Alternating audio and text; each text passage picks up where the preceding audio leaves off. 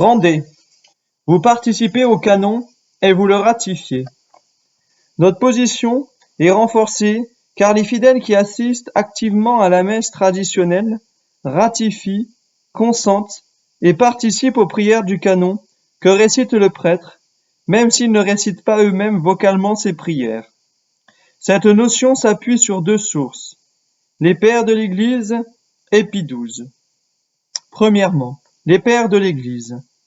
Les théologiens que nous avons cités pour démontrer que le peuple s'unit au prêtre pour l'offrande du sacrifice s'appuient sur les écrits des pères de l'Église, qui déclarent explicitement que les fidèles ratifient et affirment la vérité de la prière d'action de grâce que récite le célébrant, c'est-à-dire le canon. Citons saint Jean Chrysostome. Citation. La prière de l'action de grâce, le canon, est commune à tous les deux. A. Le prêtre et le peuple. Ce n'est pas le prêtre seul, mais le peuple entier, qui rendent grâce à Dieu. Car c'est seulement lorsqu'il, le prêtre, a pris acte des mots par lesquels ils, le peuple, ont convenu que cela était digne et juste, qu'il commence l'action de grâce ou l'Eucharistie. Fin de citation. Saint Augustin, citation.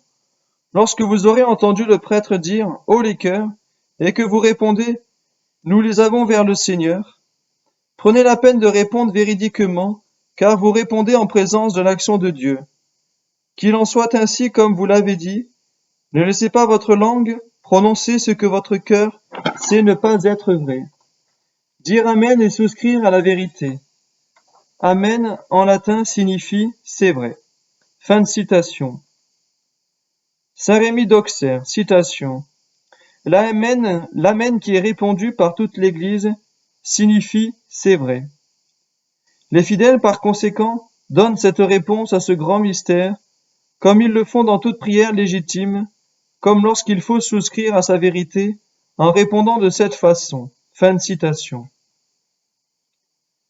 Bien qu'à la messe traditionnelle, le chœur, à la grand-messe, ou le servant de messe à la messe basse, font vocalement les réponses, ils ne le font pas seulement en tant que représentants de toute l'Église catholique, mais aussi en tant que représentants des fidèles présents et assistant dévotement à la messe. Le pape Pie XII, dans Mediator Dei, sa grande encyclique sur la Sainte Liturgie, traite longuement du rôle que jouent les laïcs dans l'offrande du Saint Sacrifice. Citation. Les rites et les prières du sacrifice eucharistique n'expriment et ne manifestent pas moins clairement que l'oblation de la victime est faite par les prêtres en même temps que par le peuple. Non seulement, en effet, après l'offrande du pain et du vin, le ministre du sacrifice, tourné vers le peuple, dit expressément « Priez mes frères pour que mon sacrifice, qui est aussi le vôtre, trouve accès près de Dieu, le Père Tout-Puissant. » Mais en outre, les prières par lesquelles la divine hostie est offerte à Dieu sont formulées, la plupart du temps au pluriel, et il est plus d'une fois indiqué que le peuple, lui aussi, prend part à cet auguste sacrifice en tant qu'il l'offre. Fin de citation. Il cite plusieurs passages du canon pour démontrer cette vérité. Pour lesquels nous t'offrons, ou qui t'offre. Nous vous prions donc, Seigneur, d'accueillir d'un cœur apaisé cette offrande de vos serviteurs et de toute votre famille. Nous, vos serviteurs, ainsi que votre peuple saint. Nous offrons à votre glorieuse majesté ce que vous-même nous avez donné et nous donnez, l'hostie pure, l'hostie sainte, l'hostie immaculée. Le langage de la première prière du canon qu'utilise le prêtre à une messe unacum pour faire l'offrande commune, que nous vous offrons en communion avec votre serviteur Benoît, notre pape, n'est pas de celui avec lequel un sédévacantiste peut retenir son consentement. En union avec le prêtre à l'autel, il se joint à lui dans l'offrande du grain d'encens à Ratzinger. Chapitre 3. Pourquoi vous ne devez pas participer? Dans les deux premiers chapitres, nous avons établi que Chapitre 1. Les divers sens linguistiques et théologiques de la phrase, en communion avec votre serviteur Benoît, notre pape, sont d'accord tous pour placer Ratzinger dans l'Église et le reconnaissent explicitement comme un vrai pape. Et, chapitre 2, qu'un laïc qui assiste ou participe activement à une messe dans laquelle un prêtre emploie cette phrase au canon, participe de même et ratifie l'affirmation du prêtre selon laquelle Ratzinger est un vrai pape. Agir ainsi pour un sédévacantiste serait évidemment inconséquent et contradictoire. Mais serait-ce réellement mauvais? La réponse directe est oui, et pour beaucoup de raisons. Dans la plupart des cas, cependant, ce sont simplement les conclusions logiques de l'idée sous-jacente, identifiées plus haut au chapitre 2b. Pour rappel, chapitre 2b, c'est la participation active qui implique donc notre approbation. De manière positive, l'idée est résumée dans le fameux adage latin lex orandi, lex credenti, la loi de la prière et la loi de la croyance. Les théologiens et les liturgistes ont passé pas mal de temps à explorer cette interrelation. Du côté négatif, la même idée se trouve derrière les lois de l'Église interdisant la communicatioti in sacris, la participation active à un culte commun avec des hérétiques et des schismatiques. Ces lois et dispositions expliquent les principes doctrinaux et moraux qui disent qu'il est mauvais pour un catholique de participer à un rite qui compromet sa foi d'une façon ou d'une autre. Citation, de peur que la foi soit perdue ou mise en danger, fin de citation, comme un décret du Saint-Office de 1859 l'explique. Citation. Pour cette raison, Saint Jean commande fermement, si quelqu'un vient à vous et n'apporte point cette doctrine, ne le recevez pas dans votre maison et ne lui dites pas salut, car celui qui lui dit salut participe à ses œuvres mauvaises. Il est clair d'après ces paroles que tout ce qui exprime quelque chose d'équivalent à la salutation est interdit, comme les actions liturgiques qui furent instituées pour signifier l'unité ecclésiastique. Pour cette raison, nous lisons que les pères du concile de Carthage ont décrété qu'il est interdit de prier et de chanter avec les hérétiques. Fin de citation. Nous reviendrons à ces principes pour expliquer pourquoi il est mauvais pour un sédévacantiste d'assister activement à une messe unacum. Grand A. Un mensonge pernicieux. Le mieux est de commencer par quelque chose d'évident. La vertu morale de sincérité est quelquefois appelée vérité ou véracité. Par cette vertu, nous montrons des signes extérieurs, soit par les mots ou les actes, qui manifestent aux autres ce que nous avons à l'esprit. À l'opposé se trouve le péché de mensonge. Nous le considérons seulement en termes de fausses déclarations que nous faisons en connaissance de cause avec des mots, soit parlés, soit écrits. Mais tout signe extérieur, y compris nos conduites ou nos actions, peuvent aussi bien constituer une fausse assertion et par conséquent un mensonge. Dans le cas qui nous occupe, le sédévacantiste croit que Ratzinger n'est pas un vrai pape. Or, lorsqu'il participe activement à une messe unacum, par ce fait il affirme l'opposé de ce qu'il a à l'esprit. En agissant ainsi, il ment, parce qu'il sait que ce qu'il affirme par ses actes, sa participation, est faux. À l'affirmation au canon que l'hérétique imposteur Ratzinger est notre pape, le sédévacantiste, par sa participation, répond d'abord « C'est digne et juste », et il dit ensuite « Amen, ainsi soit-il ». Il prononce, comme le dit saint Augustin, ce que son cœur sait ne pas être vrai, et c'est un mensonge, et un mensonge est toujours mauvais. Et ici, nous n'avons pas le simple petit mensonge à propos de quelque chose d'insignifiant, mais plutôt un mensonge pernicieux, ainsi qualifié à cause du dommage particulier qu'il provoque. Le théologien dominicain Merkelbach explique, citation, « Le plus grave de tous les mensonges est celui qui nuit à Dieu en matière de religion. Le mensonge pernicieux est un péché mortel par sa nature même, dû au mal qu'il comporte, soit en raison de sa matière, s'il concerne la doctrine religieuse, soit en raison de sa fin, s'il est dit pour injure de Dieu ou pour grave dommage au prochain. Fin de citation. Ainsi, il est à côté de ce principe, le plus grave de tous les mensonges est celui qui nuit à Dieu en matière de religion, que le sédévacantiste doit aligner tous les mensonges à propos de Ratzinger, qu'il affirme en participant à une messe Unakum, que l'hérétique faux pape Ratzinger est un membre de l'Église, le chef de l'Église, le successeur de Saint Pierre, le principe d'unité, le signe de communion avec l'Église du Christ, la pierre de touche de l'orthodoxie, l'intermédiaire autorisé auprès de Dieu, et ainsi de suite. Participer à cela, c'est ignorer l'avertissement solennel de saint Augustin aux catholiques à propos du canon. Prenez la peine de répondre véridiquement, car vous répondrez en présence de l'action de Dieu. Qu'il en soit ainsi, comme vous l'avez dit. Grand B. Une profession de communion avec des hérétiques. Le sacrifice de la messe, dit le théologien Merkelbach, est directement offert seulement pour les membres de l'Église.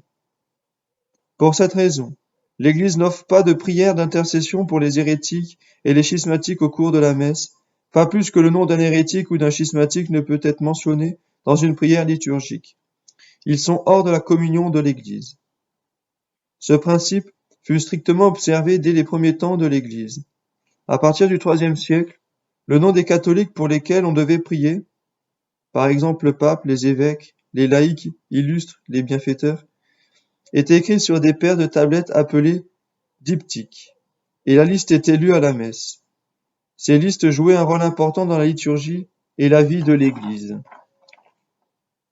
Le but et l'usage principal des diptyques était de garder la communion catholique à la fois des vivants entre eux et des vivants avec les morts. Lire le nom d'un évêque vivant sur les diptyques était toujours un signe reconnu de communion avec lui. À l'inverse, omettre le nom de quelqu'un sur les diptyques signifiait que cette personne était hors de la communion de l'Église. Les diptyques liturgiques annotaient seulement le nom de personnes en communion avec l'Église. Les noms des hérétiques et des membres excommuniés n'étaient jamais insérés. Dans un excellent article sur le problème de l'Unakum, écrit en 2002, Patrick-Henry Homlor, une des principales personnalités des débuts du mouvement traditionnaliste aux États-Unis, explique en détail comment le pape Saint Hormidas, 514-523, refusait non seulement d'admettre des hérétiques à la communion, mais aussi rompait la communion avec d'autres ecclésiastiques orientaux, qui récitaient simplement les noms des hérétiques de leurs diptyques. Le pontife exigeait de tous les évêques du monde de signer un formulaire appelé « la règle de la foi ». Citation du livre de Patrick-Henry Homlor. L'objet principal de la règle de la foi du pape saint Hormidas était de condamner la présence de noms d'hérétiques et dans les diptyques. Selon des rapports, 2500 évêques ont signé la règle de la foi pour recouvrer la communion avec l'Église. Jusqu'à ce qu'ils aient signé, ils étaient exclus de la communion uniquement pour avoir persisté à nommer des hérétiques dans leurs diptyques. Fin de citation. Un sédévacantiste qui participe activement à une messe dans laquelle l'hérétique Ratzinger est nommé au canon agit par conséquence contre l'ancienne tradition de l'Église et se place lui-même en communion avec quelqu'un qu'il sait être hérétique. Grand C. Reconnaissance de l'Église œcuménique universelle.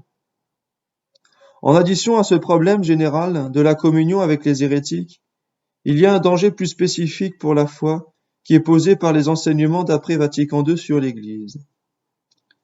La création d'une super-Église œcuménique sans dogme, comme celle-ci a toujours été le but des maçons, libéraux et modernistes depuis le début du XIXe siècle. Nous avons constamment signalé que la contribution personnelle de Joseph Ratzinger à la longue liste d'erreurs de Vatican II, c'est son hérésie de la Frauenkirche. Pour lui, l'Église est une communion à laquelle appartiennent tous, catholiques, schismatiques et hérétiques, chacun possédant des éléments de l'Église du Christ, soit pleinement, soit partiellement. Selon son catéchisme, tous appartiennent au même et unique peuple de Dieu.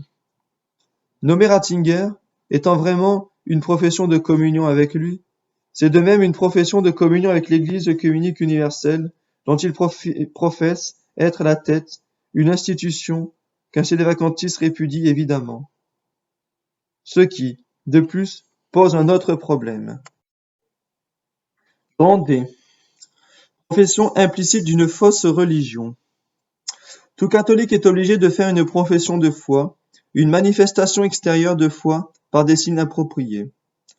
De manière négative, ce précepte interdit à un catholique de nier extérieurement la foi, que ce soit expressément ou tacitement, par des mots, des signes ou des actes, par exemple le silence, ou de professer ou simuler une fausse foi, ce qui peut arriver. Citation du théologien Merkelbach. Citation. Indirectement et implicitement, si sans attention de nier la foi, on pose un acte qui est compris par les autres comme une négation de la foi par des actes, ce qui pose un acte qui, soit intrinsèquement, soit en raison des circonstances, signifie la profession d'une fausse religion. Fin de citation. Et ceci en effet est la raison pour laquelle les martyrs sont allés à la mort plutôt que de brûler un grain d'encens devant l'image d'un faux Dieu. Il fut un temps où tous les traditionalistes, et pas seulement les sédévacantistes, considéraient la religion de Vatican II comme rien de moins qu'une fausse religion en opposition avec l'Église catholique. D'où la déclaration retentissante de l'archevêque Marcel Lefebvre après sa suspense par Paul VI en 1976. Citation. Cette Église conciliaire est une Église schismatique, parce qu'elle rompt avec l'Église catholique de toujours. Elle a ses nouveaux dogmes, son nouveau sacerdoce, ses nouvelles institutions, son nouveau culte, déjà condamné par l'Église, en main documents officiels et définitifs. L'Église qui affirme de pareilles erreurs est à la fois schismatique et hérétique. Cette Église conciliaire n'est donc pas catholique. Fin de citation. Bien sûr, Benoît XVI est dorénavant le chef de cette entité. Pour un sédévacantiste, participer activement à une messe offerte en communion avec votre serviteur Benoît notre pape revient à affirmer que l'entité dont Ratzinger est le chef est, devant Dieu, l'Église catholique. Par conséquent, même s'il n'a pas l'intention de nier directement la foi, par ses actes, le sédévacantiste le nie indirectement et implicitement. Grand E. Une violation des lois de l'Église. Les décrets du Saint-Siège ont constamment renouvelé l'interdiction de nommer le clergé hérétique ou schismatique dans les prières liturgiques. Ainsi, un décret de 1669 interdit à un diacre de chanter le nom des hérétiques dans la liturgie et un décret de 1673 interdit à un prêtre de nommer le patriarche arménien, qui était hérétique et schismatique, dans les prières de la messe. L'interdiction générale de nommer les hérétiques et les schismatiques est répétée dans la bulle de 1756 du pape Benoît XIV, déjà cité plus haut. Citation. Par conséquent, là où des commémorations sont habituellement faites dans la Sainte Liturgie, le pontife romain doit être commémoré en premier, puis son propre évêque et patriarche, dans la mesure où ils sont catholiques. Mais si l'un des deux, ou les deux, sont schismatiques ou hérétiques, ils ne doivent pas être commémorés en aucun cas. Fin de citation. Mon favori personnel en matière d'œcuménisme est un extrait du décret de 1636 de la Sacrée Congrégation pour la propagation de la foi. La congrégation n'interdit pas simplement de chanter une acclamation pour les patriarches schismatiques de Constantinople, mais ajouter que puisque les patriarches étaient aussi hérétiques, ils méritaient au contraire d'être maudits.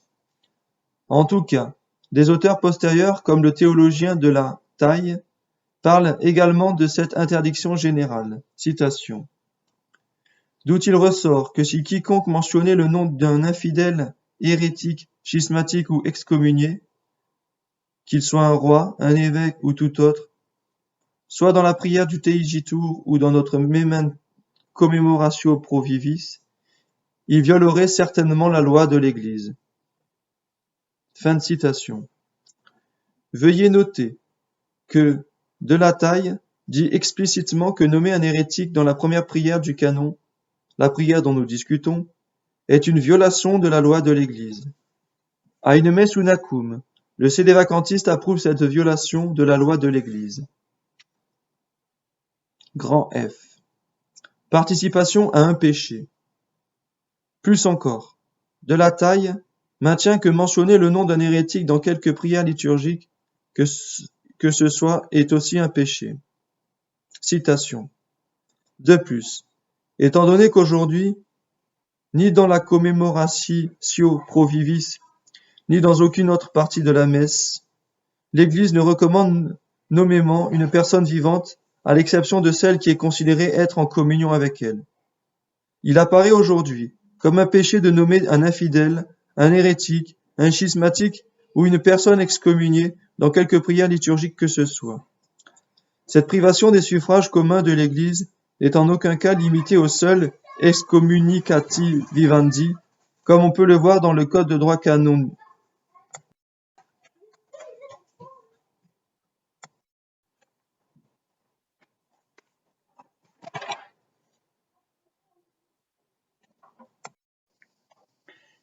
Canon 2062, paragraphe 1. Fin de citation. Pas plus qu'il ne serait moralement permissible d'assister à un rite où cela est fait. En 1729, la Congrégation pour la propagation de la foi décrétait, citation, « Il n'y a presque aucun rite hétérodoxe qui n'est pas souillé avec une certaine erreur en matière de foi, particulièrement lorsqu'il est fait commémoration des patriarches et d'évêques vivants, schismatiques et hérétiques, qui sont proclamés prédicateurs de la foi catholique. Pour cette raison, tous les catholiques qui se réunissent dans des circonstances semblables pour célébrer un rite de prière et de culte ne peuvent être excusés du péché de culte commun pervers, ou au moins du péché de scandale pernicieux. » Fin de citation. En assistant activement à une messe unacum, le sédévacantiste participe à ce péché, et cela est d'autant plus grave qu'il est commis quelques secondes avant que la victime immaculée ne descende sur l'autel. Grand G. Offrir la messe avec Ratzinger. Lorsque nous avons discuté des divers sens grammaticaux possibles pour les mots unacum, nous avons noté que le deuxième sens était un adverbe modifiant les mots nous offrons, c'est-à-dire nous offrons le sacrifice uni à ou en communion avec notre pape. C'est le sens donné par De la Taille à la phrase, et il le fait pour expliquer pourquoi les noms des hérétiques et des schismatiques sont exclus de la prière. Citation. Les prêtres prirent graduellement l'habitude de ne pas recommander de personnes vivantes dans ces suffrages publics de l'Église, à l'exception de ceux d'entre eux avec lesquels on estimait offrir le sacrifice. À noter que c'est aussi ce que dit saint Isodore, la troisième prière, qui vient après l'annonce des noms des diptyques, est dite pour les offrands. C'est aussi clair dans la formule trouvée actuellement dans notre canon romain, à la fin du Teijitur, la première prière du canon, dans laquelle le célébrant dit « Nous offrons, en communion avec notre pape, que nous citons, et notre évêque N, et notre roi N, et tous ceux qui, fidèles à la vraie doctrine, ont la garde de la foi catholique et apostolique. » La coutume était de ne pas mentionner de nom dans la liste des vivants, à l'exception de ceux qui étaient clairement unis aux prêtres dans l'offrande du sacrifice. Fin de citation. Par conséquent, si vous participez activement à une messe à laquelle Ratzinger est nommé au canon, vous vous unissez à lui quand vous participez au sacrifice. C'est comme si le rusé vieil hérétique lui-même sortait de façon inattendue de la sacristie de votre chapelle traditionnaliste locale pour offrir une messe pour vous et vous donner la Sainte Communion. Grand H. Reconnaissance d'un usurpateur. En prohibant le culte commun avec les hérétiques et les schismatiques, L'un des motifs de l'Église était de refuser de reconnaître ceux qui avaient usurpé ou s'étaient introduits dans les charges de l'Église. Ainsi, en 1791, lorsque le gouvernement révolutionnaire de la France établit une Église constitutionnelle schismatique et attribua les paroisses et les sièges diocésains aux prêtres et évêques de son choix, le pape Pie VI interdit aux catholiques d'assister aux services conduits par ces intrus. Citation. Gardez le plus possible éloigné de vous toute intrusion et schisme.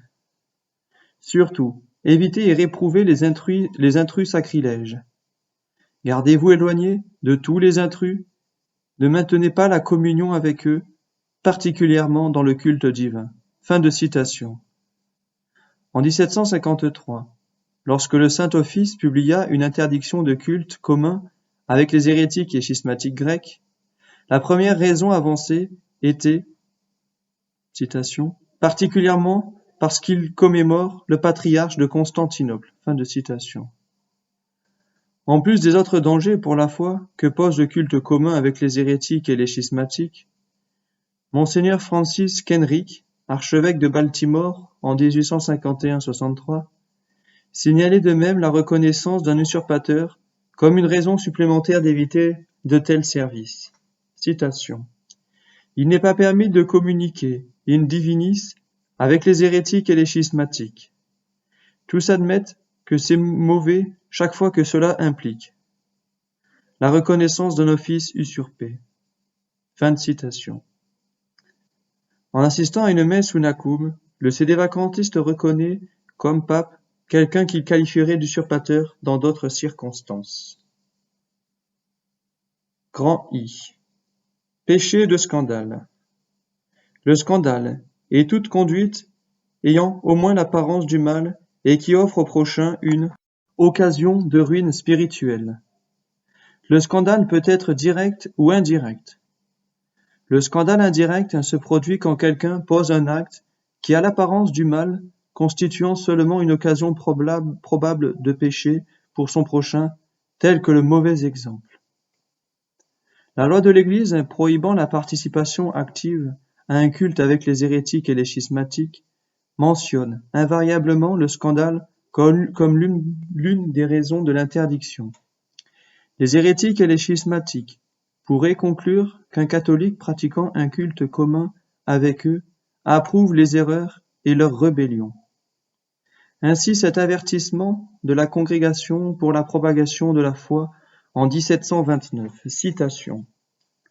Lorsqu'ils voient des catholiques se rendre à leur église, assister à leurs rites et participer à leurs sacrements, ne croirait-on pas, ou du moins craindrait-on, que par ce seul fait, ils seraient encore plus confirmés dans leurs erreurs, et seraient ainsi persuadés par cet exemple qu'ils sont dans la voie droite du salut.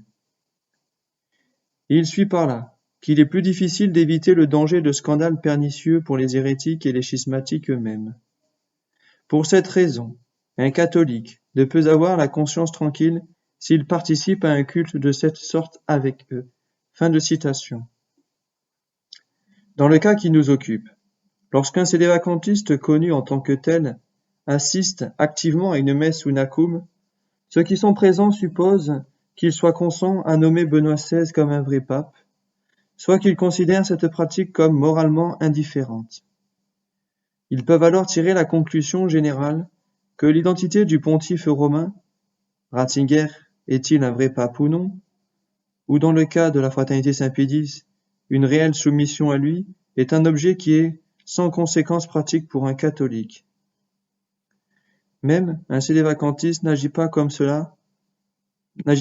si cela n'avait aucune signification. Une telle chose, à l'évidence, est une occasion de ruine spirituelle.